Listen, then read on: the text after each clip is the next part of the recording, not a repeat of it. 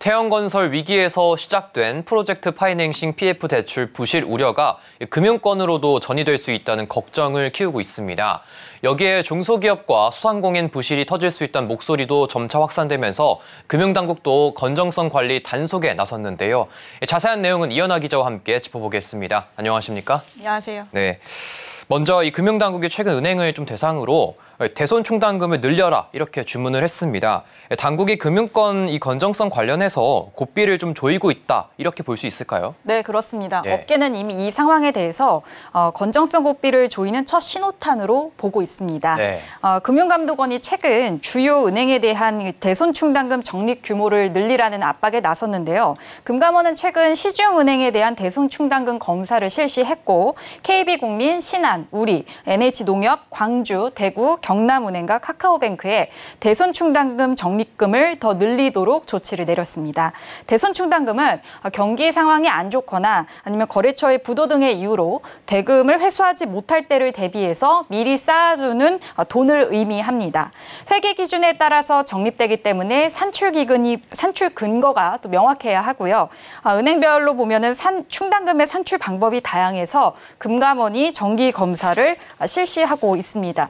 일반적으로 은행들은 대손 충당금을 산정하기 위해서 기대 신용 손실을 추정을 하는데 부도율과 또 부도가 발생했을 때 나타나는 손실률 등을 지표로 근거로 해서 활용을 하게 됩니다. 그런데 이 금감원의 이번 검사에서는 해당 은행들이 이 지표와 실직치의 오차가 발생했다라고 판단을 한 거고요. 이에 따라서 경고장과 함께 충당금, 즉 돈을 더 적립할 것을 요구했습니다.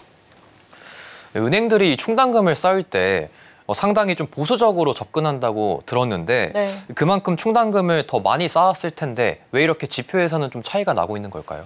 네, 그 시기를 좀 살펴봐야 되는데요.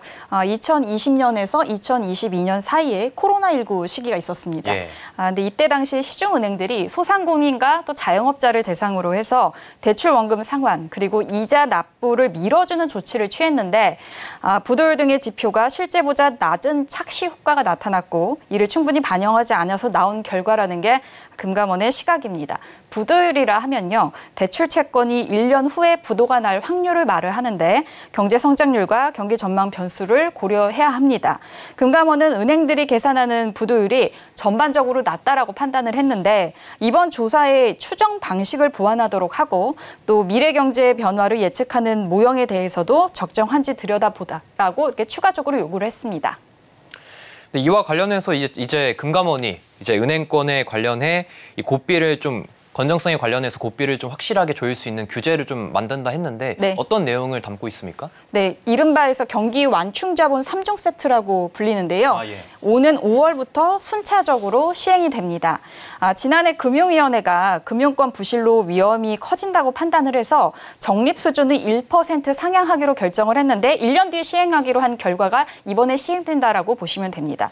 또 스트레스 테스트를 시행하고 결과에 따라서는 추가 자본을 적립할 의무를 부과하는 스트레스 완충 자본도 올해 안에 제도화가 이루어집니다. 이 테스트에 좀 설명을 드리면 금리나 환율 등 극단적인 금융 위기 상황이 발생했을 때를 가정을 해서 은행이 적정 자본을 유지할 수 있는가, 또 위기 시에 투입해야 될 비용이 어느 정도 규모인가, 그리고 또 손실 흡수 능력이 어느 정도인지를 점검하는 테스트입니다. 올해 또 첫 시행되는 특별 대손 준비금이라는 게 있는데 이 부분도 업계에서 상당히 주목하고 있는 부분입니다. 말 그대로 금융당국이 은행권에 대해 대손 준비금을 추가로 적립할 것을 요구하는 건데요.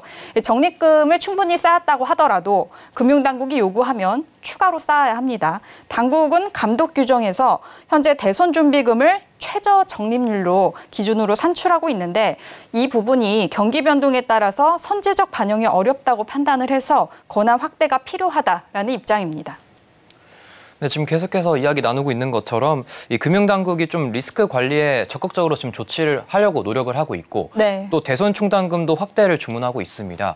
이와 관련된 내용들이 좀 향후 경기에 좀 좋지 않은 영향으로 좀 받아들여도 되는 겁니까? 네, 그렇습니다. 일단 건설사에 돈을 댄 금융권의 리스크 상승이 상당히 큰 상황인데요. 예. 태형건설 워크아웃 개시 이후에 부동산 건설 경기는 더욱 얼어붙고 있는 상황이죠. 국제 신용평가사 S&P에서 지난 18일 14일 보고서를 발간했는데 이 내용을 살펴보면 둔화된 부동산 시장과 고금리를 고려할 때 재무 부담을 겪는 건설사와 PF 사업장이 증가할 것으로 진단을 했습니다. 또 국내 신용평가사 나이스에서는요. 건설사 PF 우발 채무 점검 보고서에서 대형 건설사 5곳에 대한 재무 상태에 경고를 했습니다. 상황이 이렇다 보니까 정부 입장에서는 금융권의 리스크 전이를 최대한 막겠다라는 의지의 움직임으로 해석이 됩니다. 네, 지금까지 이현아 기자와 이야기 나눠봤습니다. 오늘 말씀 감사합니다. 감사합니다.